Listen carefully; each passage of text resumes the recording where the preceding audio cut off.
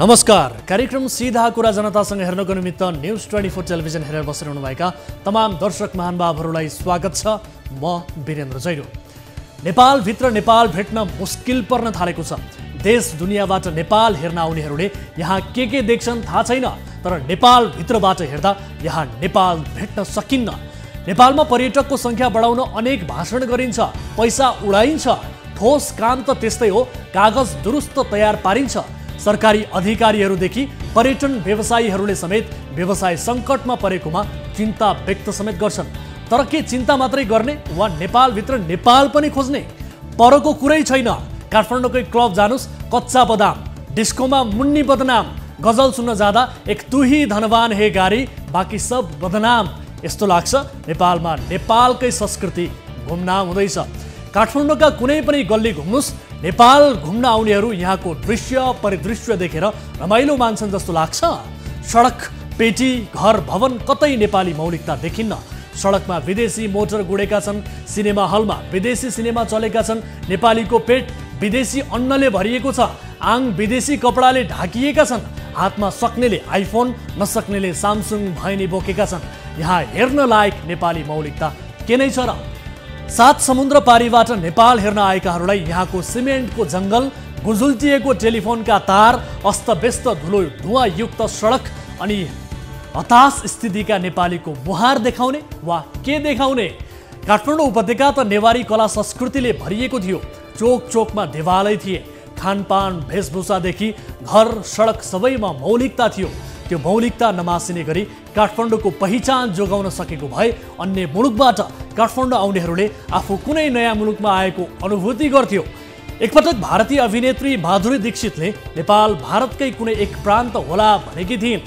अहिले नेपाल आउने धेरैलाई यस्तै लाग्दो हो, किनभने अचेल काठमाडौँ घुम्दा बेग्लै देश घुमेको आभास दिने केही पनि बाँकी रहेनन्। माधुरी दीक्षितलाई मात्र होइन, धेरैलाई अब काठमाडौँ भारतकै प्रान्तीय राजधानी जस्तो लाग्न सक्छ। आफ्नो मौलिकता बचाइराख्न प्रत्येक देशले धेरै मेहनत गरेका हुन्छन्। नेपालमा त फोटोकपी पनि यति धेरै गरियो कि गाडीको नम्बर प्लेट, अदालतका नाम, प्रहरीको संरचना समेत भारतबाट हुबहु नक्कल गरियो। सम्पदाले भरिएको काठमाडौँ महानगरका मेयर आफै सम्पदाका दुश्मन छन्। यो 5 वर्ष त काठमाडौँका मेयरको वक्र दृष्टिबाट सम्पदा जोगाउन अभियन्ताहरूले ठुलो सङ्घर्ष गर्नु पर्यो। आफ्नै सहरको मौलिकता मास्न कसम नै खाए झै गरी अग्रसर हुने यस्ता मेयरको नाम गिनिज बुक अफ वर्ल्ड रेकर्डमा दर्ता हुनुपर्ने हो। रानी पोखरीलाई स्विमिङ पुल बनाउन खोज्ने, धरहरा भनेर टावर बनाउने, बाघ दरबार भत्काउन खोज्ने, रोक्न खोज्दा अटेर गर्ने, पशुपति क्षेत्र कङ्क्रिटका संरचना कालोपत्रे बिछ्याउनेहरू अरू कोही होइनन्, ती सम्पदा संरक्षणको जिम्मा लिएका अरू नै हुन्। जानकारहरूले काठमाडौँ उपत्यका नै विश्वको सम्पदा हो भनिरहेका थिए। हामी त भएका 4-5 सम्पदा पनि जोगाउन नसक्ने अवस्थामा पुग्यौँ, किनभने यहाँ सम्पदा जोगाउनेहरू नै हातमा बन्चरो बोकेर सम्पदा मास्न तम्सेका छन्। देशलाई विविधतायुक्त बनाउन अमेरिकाले त वर्षेनी विश्वभरबाट फरक कला, संस्कृति र जातका मानिसहरूलाई डिभी चिट्ठा मार्फत अमेरिका लैजान्छ। तर हामीसँग पहिलेदेखि नै विविधता छ। यो विविधता झल्किने गरी सहर, भाषा, वेशभूषाको संरक्षण गर्न अहिले पनि केही बितेको छैन। विविधताको संरक्षण होस्, केन्द्रले जस्तो डम्फु बजाउँछ स्थानीय तहसम्म त्यही तालमा ननाचियोस् भनेर सङ्घीयता पनि लागू गरियो। पहिले एक ठाउँबाट भद्रगोल नाटक मञ्चन हुन्थ्यो, अहिले 7 ठाउँबाट हुन्छ। आउन सुरु गरौँ जनताको चासो गुनासो र प्रश्न सहितको विशेष कार्यक्रम सीधा कुरा जनतासँग।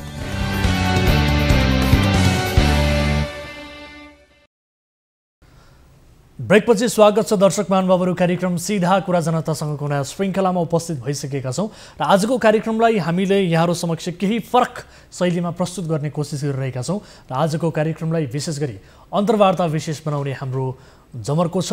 र आजको कार्यक्रममा हामी राष्ट्रिय आविष्कार केन्द्रका प्रमुख डाक्टर महावीर पुनसँग अन्तर्वार्ता गर्दैछौँ।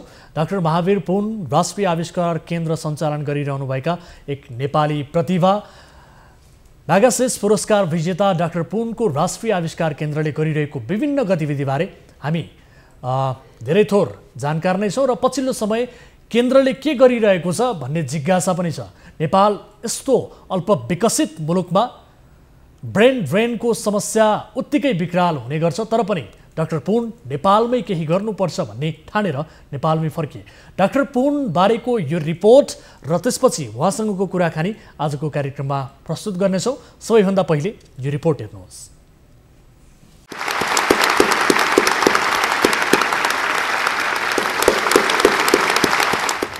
एसियाको नोबेल पुरस्कार पनि भनेर चिनिने म्यागसेस पुरस्कार प्राप्त गरेपछि अन्तर्राष्ट्रिय छवि बनाएका डाक्टर महावीर पुनको दिनचर्या हिजो आज कीर्तिपुर स्थित राष्ट्रिय आविष्कार केन्द्रमा बित्ने गर्छ। कोभिड-19 महामारी सुरु भएपछि बिरामीका लागि चाहिने केही सामग्रीहरू मर्मत र निर्माण गरेर विभिन्न अस्पतालहरूलाई आविष्कार केन्द्रले निःशुल्क बाँड्यो। यो र यस्ता अन्य धेरै कामहरूबाट डाक्टर पुनले नेपालमा अनुसन्धान केन्द्रको महत्त्व धेरै छ भन्ने प्रमाणित गरेका छन्।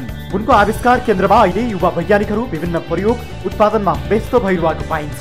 2011 साल माघ 9 गते म्याग्दीको नाङ्गी गाउँमा जन्मिएका महावीरको बाल्यकाल हजुरबुवासँग भेडा बाख्रा चराएर बित्यो।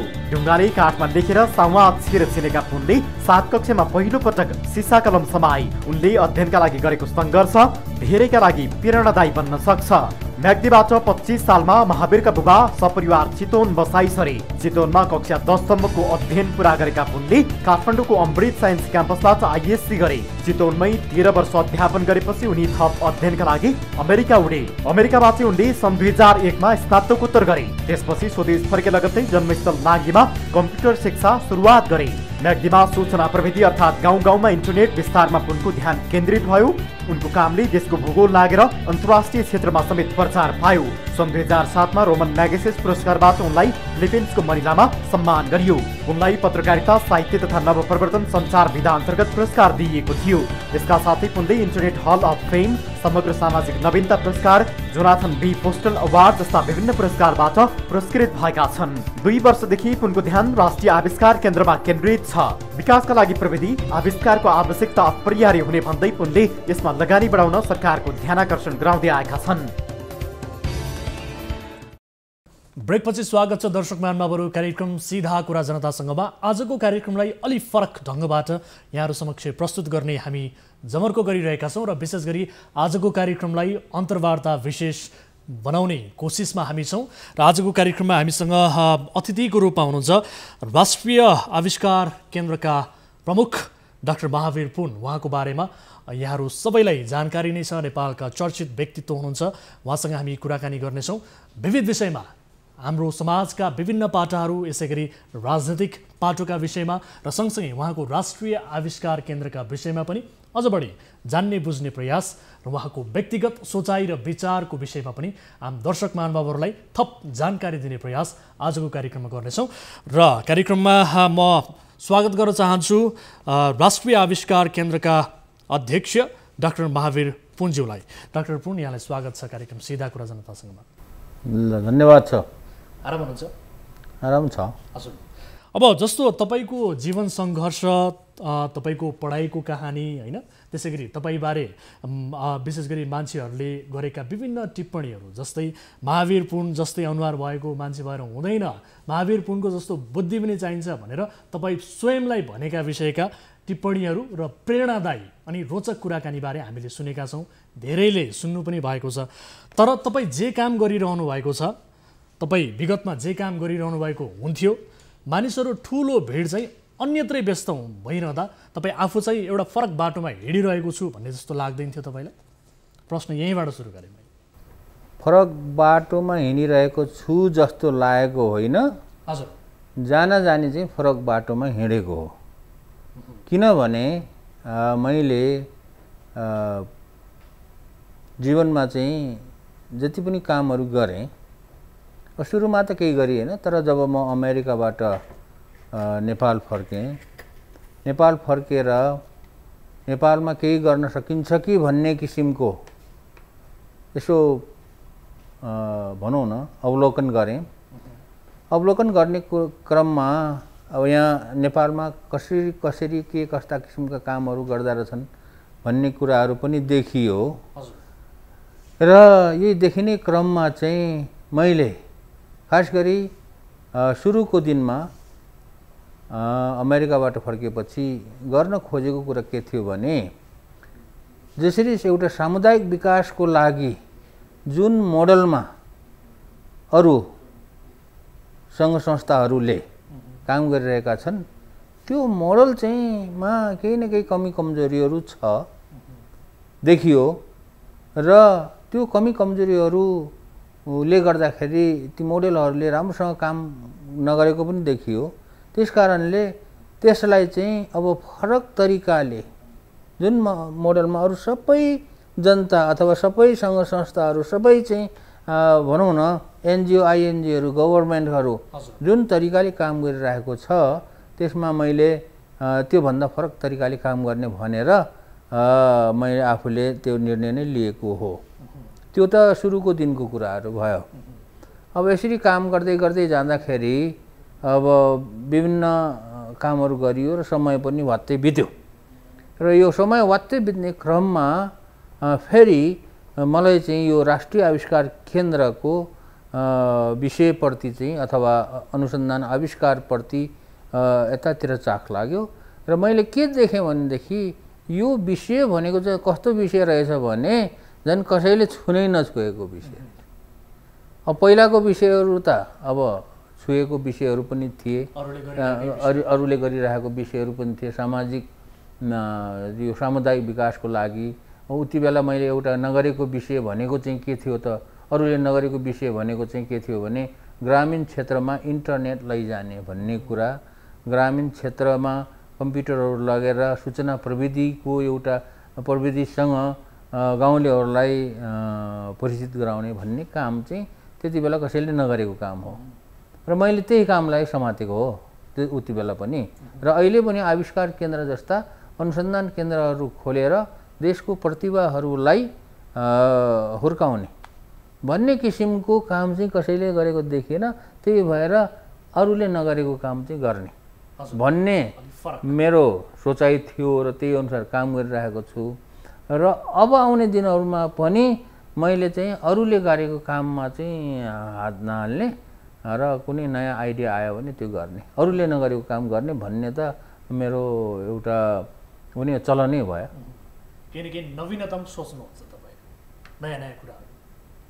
नवीनतम भन्नाले अब फरक तरिका भनौँ न, नवीनतम भन्ने बित्तिकै एकदमै नयाँ भन्ने कुरा पनि आउन सक्छ, नयाँ नहोला तर अरूले जुन कुरामा, जस्तो म एउटा उदाहरण दिन्छु, एउटा बाटो एउटा ठाउँ छ, त्यो ठाउँमा जानको लागि अरू मान्छेहरू एउटा बाटोबाट गइरहेको छन् भनेदेखि अरू सबैजसो मान्छेहरू एउटै त्यही बाटोबाट हिँडिरहेको छन्।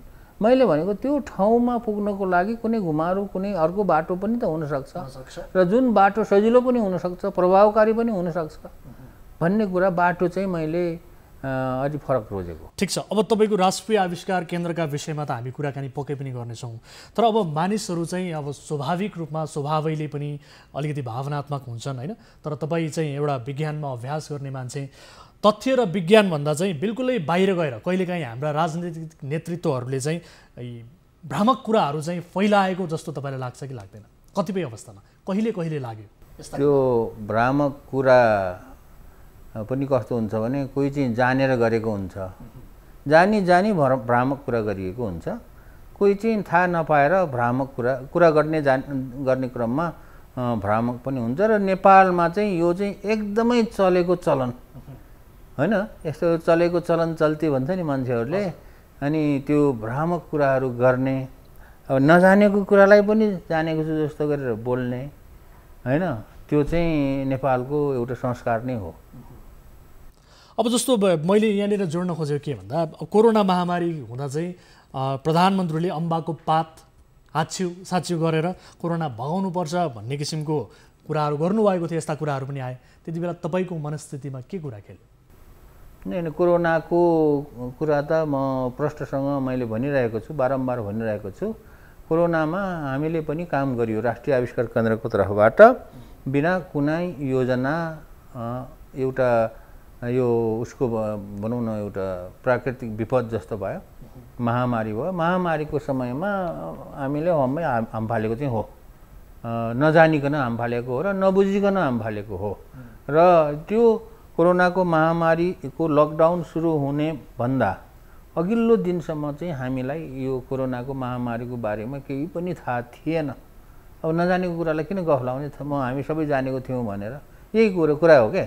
मान्छेले के भन्छ भने उसलाई केही थाहा छैन, तर आफू चाहिँ विज्ञ भइदिन्छ। मैले त बारम्बार भनिरहेको छु, कोरोनाको लकडाउन सुरु हुने दिनको अघिल्लो दिनसम्म हामीलाई कोरोनामा के गर्नुपर्छ भन्ने कुरा पटक्कै थाहा थिएन। जबकि समग्र विश्वका लागि नयाँ विषय थियो। नयाँ विषय थियो। कोरोनाको लकडाउन सुरु भएको दिनमा बिहानपल्ट डाक्टर साहबहरूले, वीर अस्पतालको, टिचिङ अस्पतालको, पोखराको, धरानको डाक्टरहरूले चाहिँ, मैले चिनेको डाक्टरहरू होइनन्, उनीहरूले चाहिँ यो महामारीको लागि स्वास्थ्य कर्मीहरूलाई जोगाउने केही साधनहरू राष्ट्रिय आविष्कार केन्द्रले बनाइदिनु पर्यो भन्ने त्यो बिहान चाहिँ एउटा फोनबाट मलाई भन्यो। अनि त्यो कुराले चाहिँ हामीलाई एउटा जिज्ञासा चाहिँ जाग्यो। मैले भने हामीलाई थाहा छैन कोरोनाको बारेमा कसरी तपाईँ डाक्टर साहबहरूलाई, स्वास्थ्य कर्मीहरूलाई जोगाउने भन्ने कुरा हामीलाई थाहा छैन। यदि कुनै कुरा यस्तो छ जुन कुरा हामीले गरेर, राष्ट्रिय आविष्कार केन्द्रले गरेर हुन्छ भने भन्नुहोस्, हामी प्रयास गर्छौँ भनेर मैले प्रष्टसँग भने। अनि त्यसपछि डाक्टर साहबहरू आउनुभयो र विभिन्न चिजहरूको आइडियाहरू दिनुभयो र सुरुमा चाहिँ उहाँहरूले पिपिई चाहिँ उत्पादन गरिदिनु पर्यो, बनाइदिनु पर्यो भन्नुभयो। अब जुन कुरा पिपिई भन्ने के हो भन्ने, पिपिई शब्द मैले सुनेको पनि त्यही दिन हो, त्योभन्दा अगाडि मलाई थाहा थिएन। अब नजानेको कुरालाई मैले एकदमै एक्सपर्ट भएर मैले सबै कुरा जानेको छु भन्ने त भने होइन नि। अब यो कुरा मैले चाहिँ प्रष्टसँग भनिरहेको कुरा के हो भने, अघि पनि भने कि नजानेको कुरालाई जाने छैन भन्दाखेरि केही सानो भइँदैन क्या। अब नजानेको कुरालाई मैले जाने छैन भने डाक्टर साहबहरूले यस्तो हुन्छ भनेर स्याम्पल ल्याउनु भयो, अनि त्यो हेरेँ, सजिलै रहेछ जस्तो देखियो, सिलायो, बनायो, वितरण गर्न सुरु गरेँ। त्यो पहिलो कुरा त त्यो भयो। अब हामीले ठानेको थियौँ अब यही अलिअलि पिपिईहरू बाँड्यो भने सिद्धिन्छ होला, 5-7 लाख रुपियाँले खर्च हुन्छ होला, ल ठिकै छ, आविष्कार केन्द्रको तर्फबाट जनतालाई सेवा हुन्छ भन्नु सुरु गरियो। तर त्यसपछि डाक्टर साहबहरूले आइडिया ल्याउने, आवश्यकताका चिजहरू, यस्तो चिजहरू बनाउने, उस्तो चिजहरू बनाउने भन्ने किसिमको आइडियाहरू चाहिँ ल्याउनु भयो र अहिलेसम्म हामीले आविष्कार केन्द्रको तर्फबाट 13 किसिमका विभिन्न सामानहरू बनाएर, पहिला त बनाउनुभन्दा अगाडि त त्यसलाई अनुसन्धान गर्नु पर्यो, विकास गर्नु पर्यो, अनि टेस्टिङ गर्नु पर्यो, भयो भने त्यसलाई चाहिँ बल्ल वितरण गर्नु पर्यो। अब त्यो काममा चाहिँ खास गरी अस्पतालको डाक्टर साहबहरूको नेतृत्वमा उहाँहरूले नभनेको भए हामीले कसरी गर्न सक्थ्यौँ, गर्न सक्ने थिएन नि। त्यस कारणले त्यो चाहिँ त्यसरी गरेको हो। ठिक छ। अब प्रधानमन्त्रीले त्यति बेला भनेको कुरा चाहिँ यो नजानेर भन्नुभयो भन्ने तपाईँको तात्पर्य होइन त? होइन, त्यो त किनभने प्रधानमन्त्रीले भने र अरूले पनि धेरैले भने। अब म उदाहरण दिन्छु, म राष्ट्रिय आविष्कार केन्द्रमा जब कोरोनाको समयमा हामीले त्यो विभिन्न किसिमको चिजहरू वितरण गरेर चाहिँ बनाएर वितरण गरिरहेका थियौँ, कति मान्छेहरू त कस्तो पनि आयो भनेदेखि ल मैले एकदमै यो के अरे 100% ग्यारेन्टी दिन्छु, मैले चाहिँ जडीबुटीबाट औषधि बनाएको छु, ल मेरो औषधिलाई चाहिँ तपाईँले प्रचार गरिदिनुहोस् भन्ने मान्छे पनि आयो होइन। कतिले चाहिँ के भने भन्दाखेरि अब यो एउटा मान्छे आएको होइन के, 2-3-4 किसिमका मान्छेहरू आए जसले चाहिँ औषधि बनाएको छु भन्ने पनि आयो। र कति मान्छेहरू ल म भ्याक्सिन बनाउँछु, कोरोनाको म भ्याक्सिन बनाउँछु, ल आविष्कार केन्द्रले मद्दत गर्नु पर्यो भन्ने मान्छेहरू पनि आए होइन। अब प्रधानमन्त्रीले भनेको कुरा त्यो पनि त्यस्तो पनि सुनियो। अब त्यो प्रधानमन्त्रीले पनि कसैको कुरा सुनेर भनेको होला, मलाई जहाँसम्म लाग्छ। अब यतिसम्म कि तपाईँकै विषयसँग जोडिएको विषय, जस्तो विद्यार्थीहरूले अन्तरिक्षमा चाहिँ नानो स्याटेलाइट पठाए, अब नेपालका प्रधानमन्त्रीले चाहिँ मुलुक अन्तरिक्ष युगमा प्रवेश गर्यो भन्नेसम्मको अभिव्यक्ति पनि दिनुभयो। यो कुरा सुन्दा चाहिँ कस्तो लाग्यो तपाईँ? होइन, प्रवेश गरेको त हो। प्रवेश कुरा के हो भने नेपालको नानो सेटेलाइट है, नानो सेटेलाइट अन्तरिक्षमा गयो। त्यो सानो यत्रो छ, यत्रो डब्बा हो, त्यो अन्तरिक्षमा गएकै हो क्या। अब चाहे सानो गओस् चाहे ठुलो गओस् होइन। र त्यो त्यो मैले किन भनिरहेको छु भने त्यो सेटेलाइट बनाउने भाइहरूले त्यसको रिसर्चको कुराहरू त्यति बेला जुन समयमा त्यो बनाए, राष्ट्रिय आविष्कार केन्द्रमा पनि आएर केही कुराहरू त्यहाँ पनि रिसर्च गरेको हो, केही कुराहरू।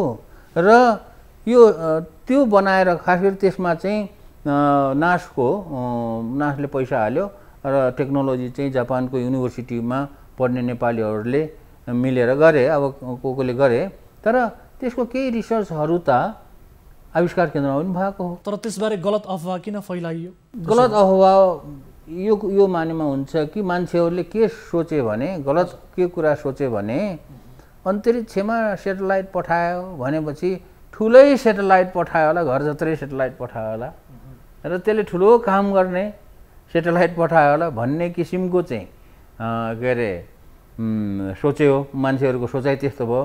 तर त्यो चाहिँ सानो यत्रो सेटेलाइट हो, यत्रो 10 सेन्टिमिटर बाई 10 सेन्टिमिटर बाई 10 सेन्टिमिटरको त्यो सेटेलाइट अहिले पनि छ, हाम्रो आविष्कार केन्द्रमा छ। त्यही मेरो टेबलमा छेउमा यहाँ चाहिँ त्यो एउटा स्याम्पलको रूपमा राखेको छ त्यो सेटेलाइट। अब तर सेटेलाइट त हो नि, त्यसले सेटेलाइटले जस्तै काम गर्छ, किनभने माथि अन्तरिक्षमा गएर त्यसले नेपालको जब माथि आउँछ, माथि आएपछि यहाँको यो भागको चाहिँ फोटो खिचेर पठाउँछ। अब सेटेलाइट जस्तै काम गर्छ, तर विकसित मुलुकहरूको जस्तो एकदमै भनौँ न सोफिस्टिकेटेड सेटेलाइट त होइन त्यो। त्यो त हाम्रो इन्जिनियरहरूले, हाम्रो विद्यार्थी भाइहरूले मिलेर सिक्दै गरेको सेटेलाइट हो। त्यसलाई चाहिँ प्रधानमन्त्रीले के भन्नुपर्ने थियो भने सिक्दै गरेको सेटेलाइट हो। अब हामी अन्तरिक्षमा प्रवेश गऱ्यौँ, अब आउने दिनहरूमा यस्ता एकदमै ठुला सेटेलाइटहरू बनाएर के अरे अन्तरिक्षमा पुर्याइने छ, त्यसमा भन्नुपर्ने हो। तर अब यो कस्तो किसिमको सेटेलाइट हो त्यो कुरामा चाहिँ अलिकति क्लियरली नभनेको हो। जस्तो कुरा अघि तपाईँले यो पनि निकाल्नु भयो कि प्रधानमन्त्रीकै कुरा कोट्याउनु भएको छ होइन। अब के अरे अम्बाको पात अथवा के खाएपछि हुन्छ भनेको उहाँले के भन्नु पर्ने थियो भने यो अम्बाको पात खाएर यसो हुन्छ भन्ने कुरा यो किसिमले प्रमाणित भएको छ, त्यसको सोर्स चाहियो नि, त्यसको सोर्स होइन यो यसरी चाहिँ भएको छ भन्ने किसिमको सोर्स चाहियो। सोर्स नभइकन वैज्ञानिक कुराहरू यदि गर्ने हो भने, वैज्ञानिक कुराहरूको विश्लेषण अब छलफल गर्ने हो भने त्यसलाई वैज्ञानिक तरिकाले नै त्यसको सोर्स यसरी चाहिँ यो प्रमाणित भएको छ भनेर देखाउनु पर्छ। अब त्यो कुरा त्यसरी देखाउने चलन अब नेपालीहरूमा छैन के, नेपालीहरूमा नभएको हुनाले अब यस्तो किसिमको अफवाहहरू फैलिएको हो। र अनि त्यसलाई चाहिँ वैज्ञानिक तरिकाले, वैज्ञानिक एउटा विधि हुन्छ, कुनै कुराले यो चिज यस्तो हो भनेर देखाउनको लागि त प्रमाणित गर्नको लागि एउटा विधि हुन्छ, तरिका हुन्छ, प्रोसिडर हुन्छ, त्यो प्रोसिडर अपनाउनु पर्यो नि। ठिक छ। अब म अर्को प्रसङ्गमा जान्छु। जस्तो अब जे गर्नुपर्छ नेपालमै गर्नुपर्छ, जे गर्ने हो आफैले गर्ने हो भन्ने उद्देश्य राखेर सायद तपाईँ अहिले राष्ट्रिय आविष्कार केन्द्रमा काम गरिरहनु भएको छ। तर नेपालमा चाहिँ यो सडक भारतले बनाइदिएको, यो भवन चीनले बनाइदिएको, 55 अर्ब चाहिँ अमेरिकाले दिएको, 60 अर्ब भारतसँग माग्ने, यस्ता विषयहरू चाहिँ एकदमै बढी चर्चा हुन्छन्। यो माग्ने विषय जुन छ निकै चर्चाको विषय बन्छ। हामीलाई पनि यो लाग्छ कि अब विदेशीले यदि सहयोग गरेनन् भने त नेपालमा कहाँ विकास गर्न सकिन्छ र भन्ने किसिमको एउटा माइन्डसेट स्थापित भइसकेको अवस्था छ। तर तपाईँ विकास गर्न सकिन्छ, देशलाई समृद्ध बनाउन सकिन्छ, केही न केही आविष्कार गर्न सकिन्छ भन्ने उद्देश्यले लागिरहनु भएको छ। सम्भावना देख्नुहुन्छ अहिलेको यो परिस्थितिबाट युवा पुस्ताले बुझ्ने चाहिँ के त? युवा पुस्ताले बुझ्ने के भन्दाखेरि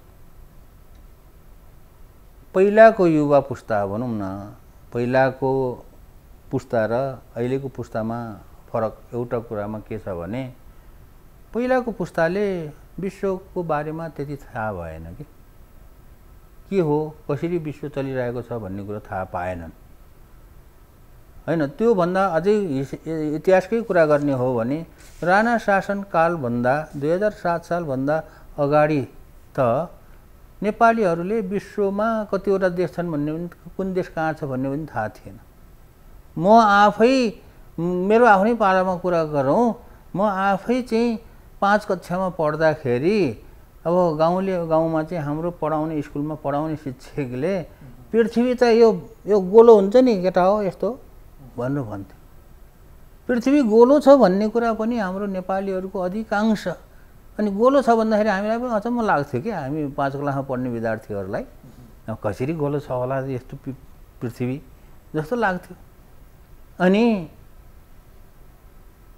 अरू गाउँलेहरूले त पृथ्वी गोलो छ भन्ने कुरा त थाहा थिएन। अब पृथ्वी गोलो छ भन्ने कुरा पनि थाहा नहुने नेपालीहरूलाई अनि विश्वमा के भइरहेछ, कहाँ के छ भन्ने कुरा त थाहा हुने भएन।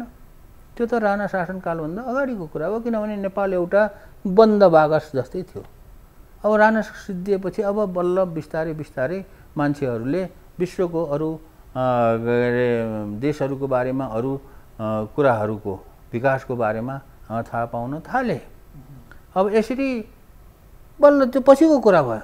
त्यसमा पनि जबसम्म नेपालमा चाहिँ यो टिभी नयाँ भनौँ न टिभी रेडियोको कुराहरू आएको थिएन, तबसम्म त टिभीहरू नआउँदैसम्म त विश्वमा के छ मान्छेले त्यति थाहा थिएन। एउटा अड्कल थियो, विकसित छ, यस्तो हुन्छ उस्तो हुन्छ भन्ने। तर अब त्यस कारणले पुरानो पिँढी भनेको विश्वसँग त्यति परिचित नभएर हुर्केको पिँढी भयो क्या।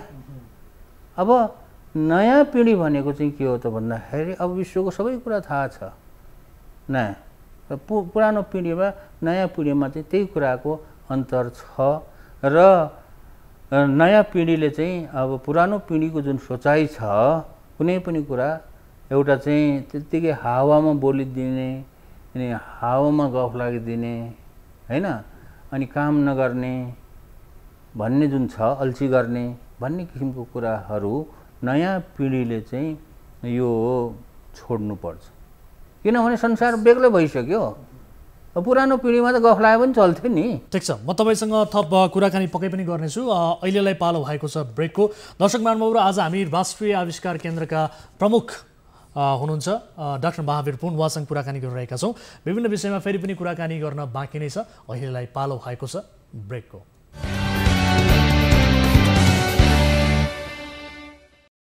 ब्रेकपछि स्वागत छ दर्शक महानुभावहरू। कार्यक्रम सीधा कुरा जनतासँगमा आजको कार्यक्रममा हामी विशेष गरी अन्तर्वार्तामा केन्द्रित छौँ र कार्यक्रममा अतिथिको रूपमा हुनुहुन्छ राष्ट्रिय आविष्कार केन्द्रका प्रमुख डाक्टर महावीर पुन। डाक्टर पुन, यहाँलाई पुनः स्वागत छ कार्यक्रम सीधा कुरा जनतासँगमा। संक्षेपमा जवाब दिने प्रयास गर्नुहोला। अलिकति अब मसँग प्रश्नहरू पनि धेरै छन्। अहिले अब पेट्रोलियम पदार्थको मूल्य बढेर चाहिँ आकाशिएको स्थिति छ होइन, देशमा बिजुली खेर गइरहेको छ। तपाईँ जस्तै अन्य धेरै विज्ञहरूले के पनि भन्नुभएको छ कि जस्तो अब यो अहिले विद्युतीय सवारी, विद्युतीय चुलोमा जानुपर्छ, एउटा विद्युतीय चुलो बनाउने उद्योग नेपालमै खोल्न सकिने सम्भावना देख्नुहुन्छ? विद्युतीय चुलो बनाउने भन्ने कुरा कुनै ठुलो कुरा भएन होइन। यो रकेट बनाए जस्तो अन्तरिक्षमा मान्छे के अरे अन्तरिक्षयान पठाए जस्तो कुरो भएन, सेटेलाइट पठाए जस्तो। अब तर त्यसको लागि गर्नुपर्ने कुरा के हो भने त्यो सबैले विद्युतीय चुलो बनाउन सक्दैन। त्यसका लागि जसले विद्युतीय चुला अथवा विद्युतबाट चल्ने कुनै पनि चिजहरू बनाउँछु भन्ने किसिमको आइडिया भएको र आँट भएको मान्छेहरूलाई चाहिँ के हुनु पर्यो भने उनीहरूलाई रिसर्च गर्नको लागि, अनुसन्धान गर्नको लागि त्यसमा चाहिँ कुनै एकदमै आँखा चिम गरेर सरकारले चाहिँ सहयोग गर्नु पर्यो अनुसन्धान भनेको। प्रविधि, सिप, बुद्धि हामीसँग नभएका कारण यस्ता उद्योग खोल्न नसकिएको हो कि अथवा यो सरकारी हुन्छ बुद्धि नीतिको कमी कमजोरीका कारण? त्यो बुद्धि भन्ने त आउँछ, बुद्धि भन्ने कुरामा नेपालीलाई पनि बेसरी बुद्धि आउँछ। तर अब त्यो कुनै चिज बनाउँदाखेरि त्यो बनाउनुको लागि रिसर्च गर्नुपर्छ।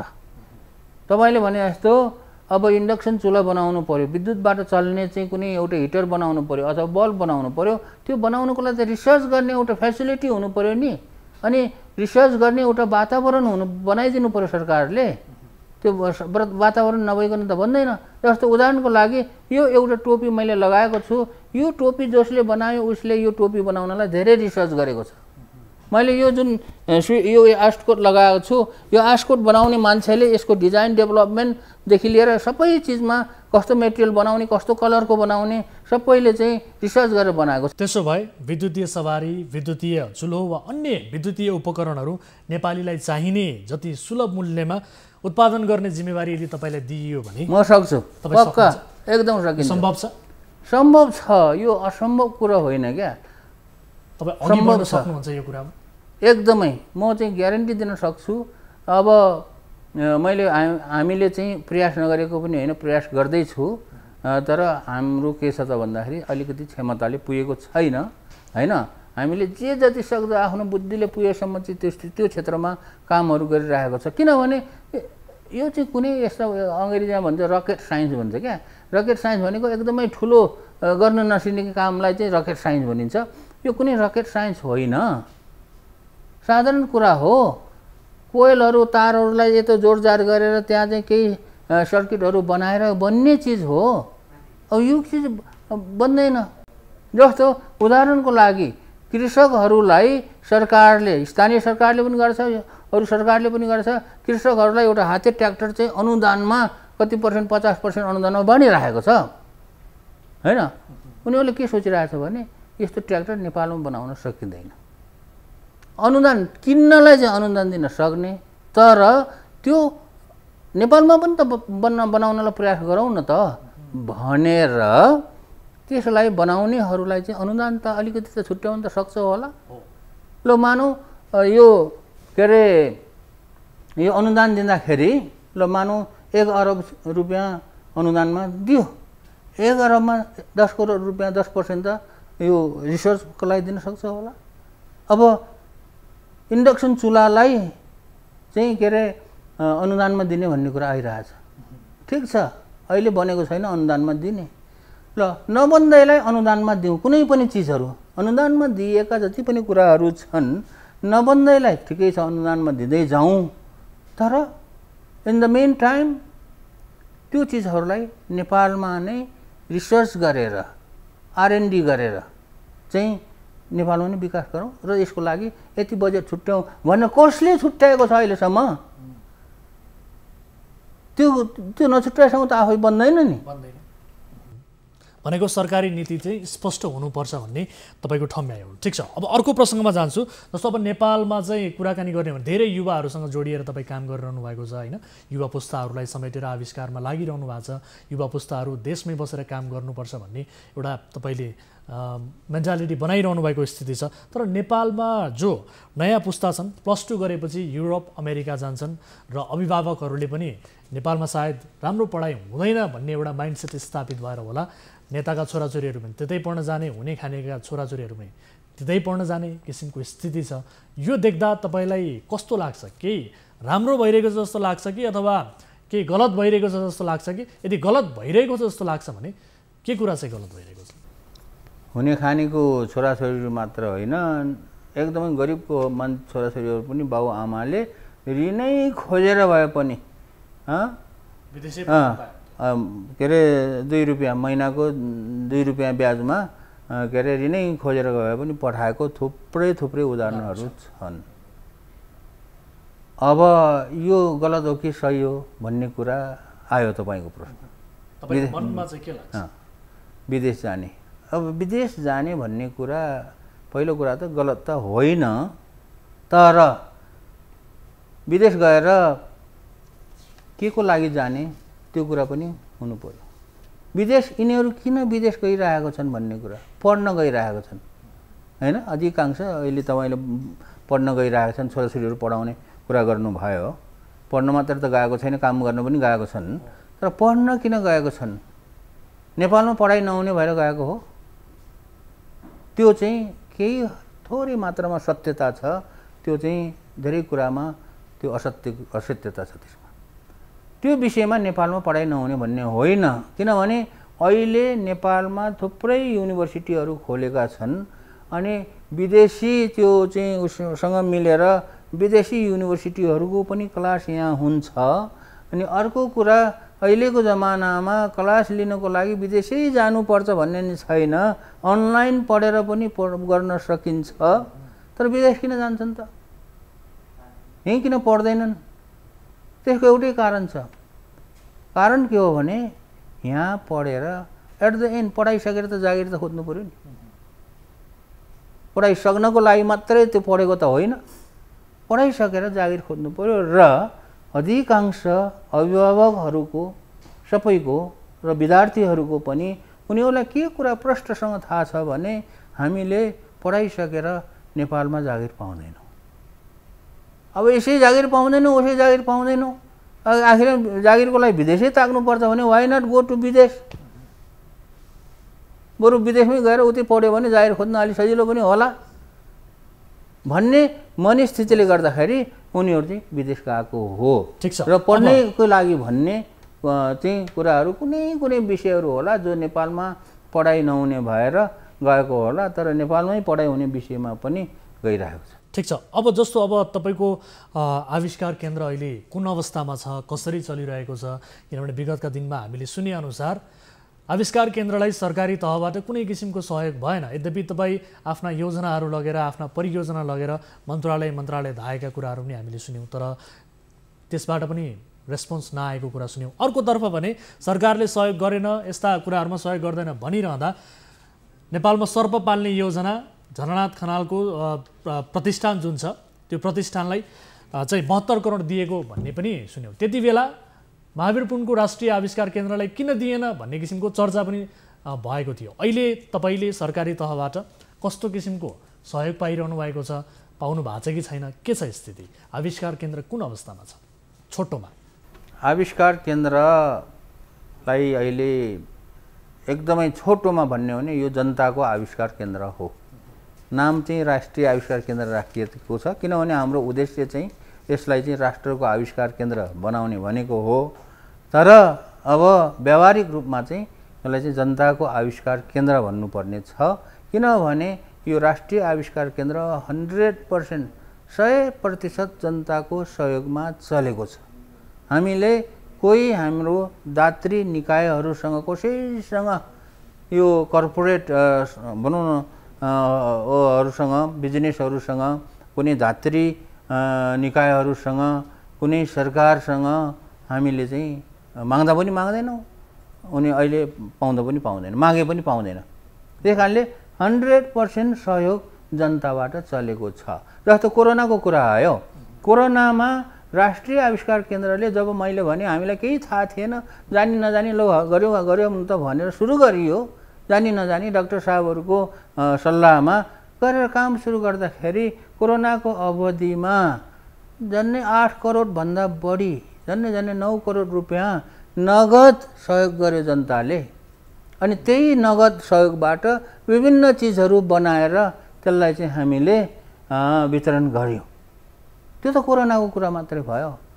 र अन्य सहयोगहरू अहिलेसम्मको अन्य सहयोगहरूको हिसाब गर्ने हो भने 15 करोडभन्दा बढी सहयोगहरू आइरहेको छ र त्यहीबाट हामीले चलाइरहेको छौँ। त्यो सहयोग जनताको सहयोग भयो। ठिक छ। अब स्थानीय तहको चुनावको कुरा पनि गरौँ, नजिकै आउँदैछ होइन? अब यस अवधिमा चाहिँ काठमाडौँबाट ऱ्याप गीत गाउने बालेन शाह काठमाडौँको मेयरमा उड्छु भनेर भन्नुभएको छ। विवेकशील साझाका रविन्द्र मिश्र पनि उड्छु भन्ने किसिमको चर्चा सुनिएको स्थिति पनि छ। फिल्म अभिनेता राजेश हमालले मजाक गरेर पनि मेयर बन्छु भन्ने किसिमका, मेयर बन्नुपर्छ क्या हो भन्ने किसिमको अभिव्यक्तिहरू दिएको बारे पनि निकै चासो बनेको स्थिति छ। अब तपाईँलाई चाहिँ डाक्टर साहब तपाईँ पनि मेयर बन्नु पर्यो भनेर कसैले भनेको छ कि छैन? भन्दैन, किनभने सबैलाई के थाहा छ भने म मेयर बन्नु पर्यो भनेर भन्यो भने यसले मान्दैन भन्ने कुरा थाहा छ के। त्यस कारणले पोलिटिक्समा तपाईँलाई आउनु पर्यो भनेर भनेको छ कि छैन कसैले? त्यही त भनेको छैनन्, किनभने सबैलाई थाहा छ कि महावीर पुन चाहिँ पोलिटिक्समा आउँदैन भन्ने कुरा एकदम प्रष्ट एकदमै सबैलाई क्लियर भएको हुनाले कसैले गर्दैन।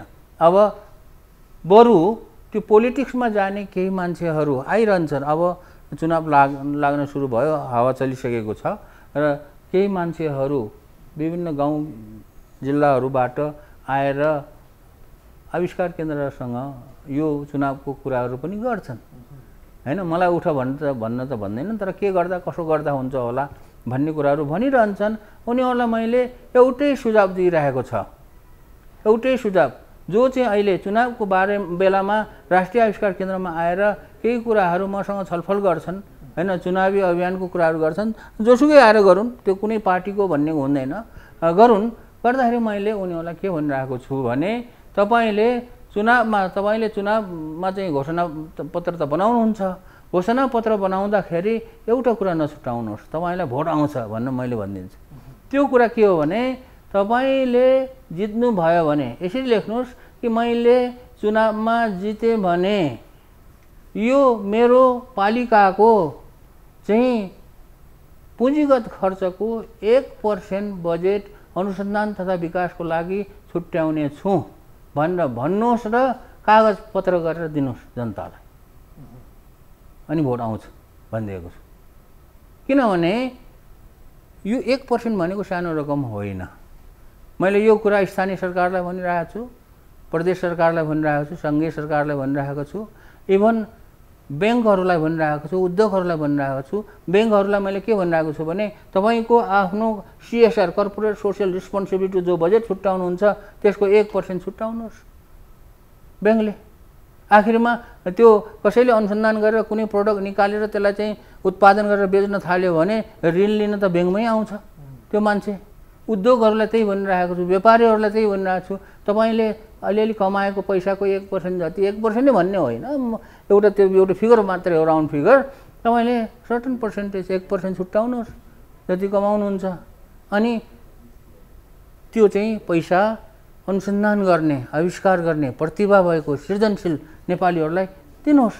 उनीहरूले केही गर्न खोज्छन्, उनीहरूलाई सहयोग गर्नुहोस् र उनीहरू सफल भयो भने उनीहरूले कुनै चिज बनाउँछ, त्यसबाट फाइदा कसलाई हुन्छ एट द एन्ड? ब्याङ्कमा लोन लिन आउँछ, ब्याङ्कलाई पनि फाइदा भयो। दोस्रो कुरो, तिनीहरूले कुनै चिज उत्पादन गरेर कमर्सियलाइज गर्छन्, त्यो सामान उत्पादन गरेपछि त्यो सामान बेच्न व्यापारीहरूले पाउने भयो, व्यापारीलाई पनि फाइदा भयो। अनि अर्को कुरा, त्यसरी सामान बनाइसकेपछि, उत्पादन गरिसकेपछि उनीहरूले त्यसमा लाग्ने सरकारी करहरू तिर्छन्, सरकारलाई जान्छ, सरकारलाई पनि फाइदा भयो। 1% छुट्याउने किन दुःख लाग्यो? कसलाई किन दुःख गर्ने? 1% छुट्याउने, मैले भनेछु 99%, 99% तपाईँहरू जेसुकै गर्नुहोस्, केमा लाग्नुहुन्छ, 1% पनि छुट्याउन सक्नुहुन्न भने कसैले, सरकारले, ब्याङ्कहरूले, उद्योगहरूले, व्यापारीहरूले 1% पनि छुट्याउन सक्नुहुन्न भने तपाईँहरूले चाहिँ यो विषयमा गफ नगरे पनि हुन्छ। तपाईँहरूले देशलाई डुबाउनुहुन्छ भन्नु। ठिक छ, अब यो विषयमा राखिहाल्नुभयो कुराकानी। अब अन्तिममा जस्तो अब यो 5 वर्षमा स्थानीय तहकै कुरा गर्ने हो भने यो स्थानीय तहमा काम गरेका र तपाईँलाई मन परेका जनप्रतिनिधिको नाम भन्नुहोस् न। थाहा छैन, मैले कसैलाई पनि म दिन चाहन्न। हजुर, किन दिन चाहन्न भने यो अबको यो गएको 5 वर्षको कुरा गर्नुभयो। राष्ट्रिय आविष्कार केन्द्रमा धेरै चाहिँ मेयरहरू आए, धेरै अध्यक्षहरू आए र उनीहरूले के भन्यो भन्दाखेरि ल हामीले चाहिँ नयाँ जोस जाँगरका साथ चुनाव जितेर आयौँ, अब के गर्नुपर्छ, ल भन्नुहोस् हामी गर्छौँ। उद्योगलाई जोस जाँगरका साथ आए। अनि मैले भने कि यसको लागि तपाईँहरूले यही कुरा राखेको थिएँ उति बेला पनि, सर्टन पर्सेन्ट छुट्याउनुहोस्, 1%, 2% कति छुट्याउन सक्नुहुन्छ छुट्याउनुहोस्। तपाईँहरूको पुँजीगत खर्चको बजेटको र 99% फेरि जेसुकैमा गर्नुहोस्। अनि त्यसपछि के गर्नुपर्छ भन्ने कुरा त मिलेर, त्यो समस्याको समाधानको कुराहरू हो, त्यो समस्याको समाधान गाउँलाई कसै गर्दा राम्रो हुन्छ भन्ने कुराहरू मिलेर काम गरौँ भन्नु मैले भनेको हो। अब आगामी 5 वर्षको अवधिमा आउने जनप्रतिनिधिले तपाईँले दिएको यो आइडिया अवलम्बन गर्नेछन् भन्ने अहिलेलाई अपेक्षा गरौँ। डाक्टर पुन, यहाँले समय दिनुभयो, धेरै धेरै धन्यवाद। ल, धन्यवाद। दर्शक महानुभावहरू, राष्ट्रिय आविष्कार केन्द्रका प्रमुख डाक्टर महावीर पुनसँग आजको कार्यक्रममा हामीले कुराकानी गऱ्यौँ र यो कुराकानी पक्कै पनि केही जानकारीमूलक, सूचनामूलक भयो होला भन्ने किसिमको अपेक्षा हामीले गरेका छौँ र कार्यक्रमको नियमित फर्मेटभन्दा केही पर रहेर आजलाई हामीले अन्तर्वार्ता यहाँहरू समक्ष प्रस्तुत गऱ्यौँ र आगामी श्रृङ्खलामा हामी हाम्रो नियमित फर्मेटमा फेरि पनि उपस्थित हुनेछौँ भन्दै आजका लागि कार्यक्रम सिधा कुरा जनतासँगबाट म वीरेन्द्र जैरू बिदा हुन्छु। नमस्ते।